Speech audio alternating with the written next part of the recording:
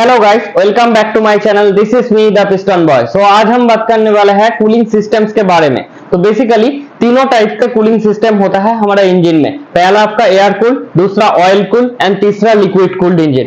आखिर इन तीनों engine cooling system में क्या अंतर होता है, किन मामलों में air cooled, oil cooled, liquid cooled बेहतर परफॉर्म करता है और इसका एडवांटेज और इसका डिसएडवांटेज भी हम इस वीडियो में बात करेंगे। तो बिना स्किप किए पूरा वीडियो देखिए। पहले आते हैं हम एयर कूल्ड इंजन की तरफ। एयर कूल्ड इंजन बेसिकली हमारा जो इकोनॉमिकल कम्यूटर सेगमेंट के बाइक होते हैं, जैसे कि 100 CC, 125 CC, 150 CC, even 200 CC के बाइक में भी कुछ कुछ देखा जा सकता है air cooled engine. Air cooled engine basically बहुत ही एक सिंपल मैकेनिज्म होता है, जैसे कि ये नेचुरली एयर से ठंडा होता है। मतलब इंजन हीट होता है, इंजन हीट होने के लिए कुछ ठंडा करना तो पड़ेगा। इंजन हीट जब होता है, एयर कूल्ड इंजन नेचुरल तरफ से बाहर से अंदर एयर लेता है और इस तरह एयर कूल्ड इंजन ठंडा होता है।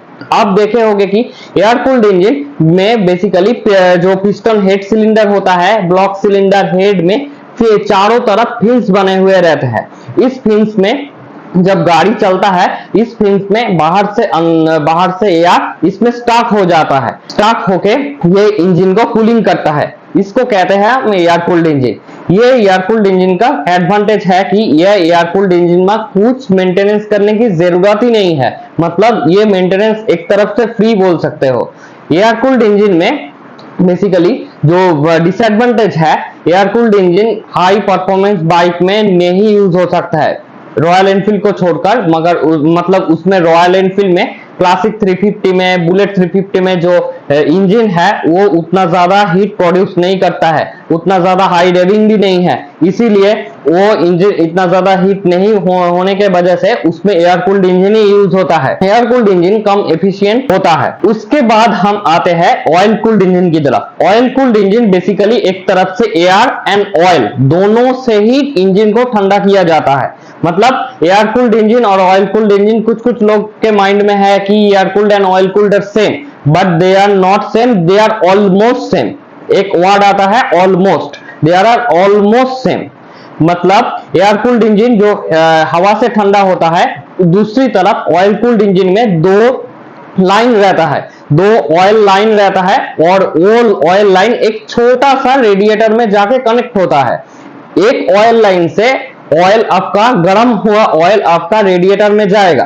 रेडिएटर में छोटा छोटा फिन्स रहता है, उसकी वजह से जब गाड़ी सामने चलता है, हवा उस फिन्स में स्टॉक होता है और वो गर्म हुआ ऑयल ठंडा होता है। ठंडा हुआ ऑयल वापस से रिटर्न लाइन से इंजन में एंटर करता है। इसी तरह ऑयल कूल्ड इंजन एक तरफ से ऑयल से भी ठंडा होता है और ऑयल कूल्ड इंजन में एयर कूल्ड इंजन की तरफ फिन्स भी लगे रहते हैं। इसी तरह इसीलिए ऑयल कूल्ड इंजन ऑयल और एयर दोनों से ही ठंडा होता है। जैसे कि अब एग्जांपल के लिए देख सकते हो कि पल्सर 150 में आपका एयर कूल्ड इंजन यूज होता है और उसी इंजन के शेप में बने हुए पल्सर 220 में ऑयल कूल्ड इंजन यूज होता है। तो ये हुआ ऑयल कूल्ड इंजन के बारे में बात। तो लास्ट में आते हैं हम जो सबसे एफिशिएंट जो कूलिंग सिस्टम है, उसको लिक्विड कूलिंग सिस्टम कहते हैं। Liquid cooling system basically high performance bike, high raving engine में यूज होता है। तो बेसिकली लिक्विड कूलिंग सिस्टम कैसे काम करता है, चलिए देखते हैं। लिक्विड कूलिंग सिस्टम में इंजन ब्लॉक सिलेंडर के पास एक चैनल बना हुआ रहता है जिसमें कूलेंट रहता है। वो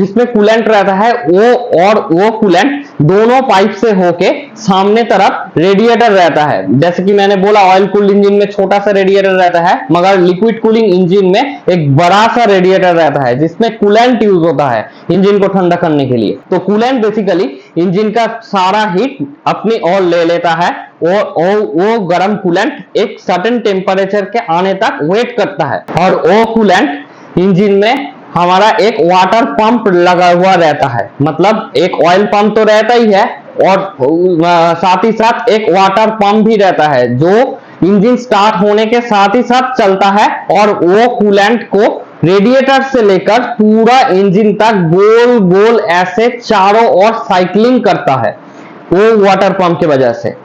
और साथ ही साथ एक थर्मोस्टेट वाल्व भी लगा हुआ रहता है। थर्मोस्टेट वाल्व बेसिकली जो हमारा जो इंजन है वो सर्टेन टेम्परेचर के कूलेंट के आने तक, मगर मतलब जैसे कि कोई इंजन में 60 डिग्री, कोई इंजन में 72 डिग्री, 82 डिग्री, ऐसे करके कुछ डिग्री सेट किया जाता है अपने ईसीएम में।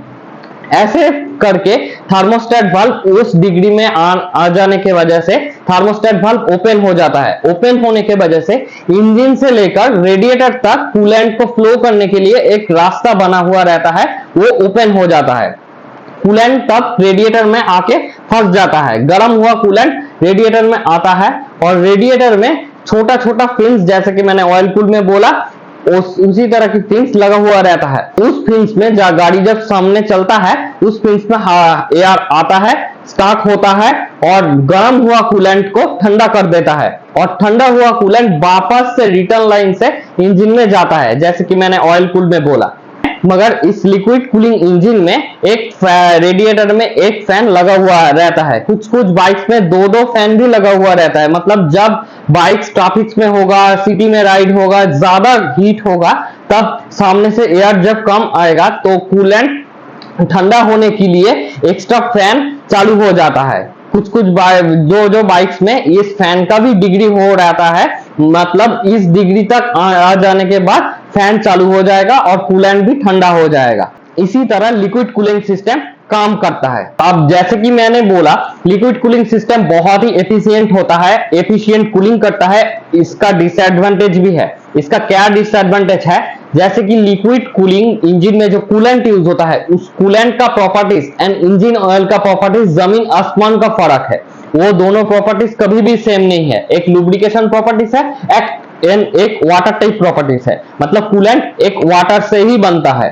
तो इसलिए कभी कभी कूलेंट और इंजन ऑयल को सेपरेट करने वाले में जो एक ओरिंग लगा हुआ रहता है, लिक्विड कूलिंग इंजन में जब ज्यादा हीट हो जाता है, कुछ कुछ केस में ज्यादा पुराना हो जाने के वजह से वो ओरिंग जब फट जाता है, मतलब बस्ट कर जाता है, फट जाता है, कट जाता है, तो कूलेंट इंजन ऑयल में मिक्स हो जाता है। इंजन ऑयल में कूलेंट मिक्स होने के वजह से इंजन ऑयल का प्रॉपर्टीज पूरा बिगड़ जाता है, लुब्रिकेशन प्रॉपर्टीज नष्ट हो जाता है और आपका इंजन सीज भी हो सकता है।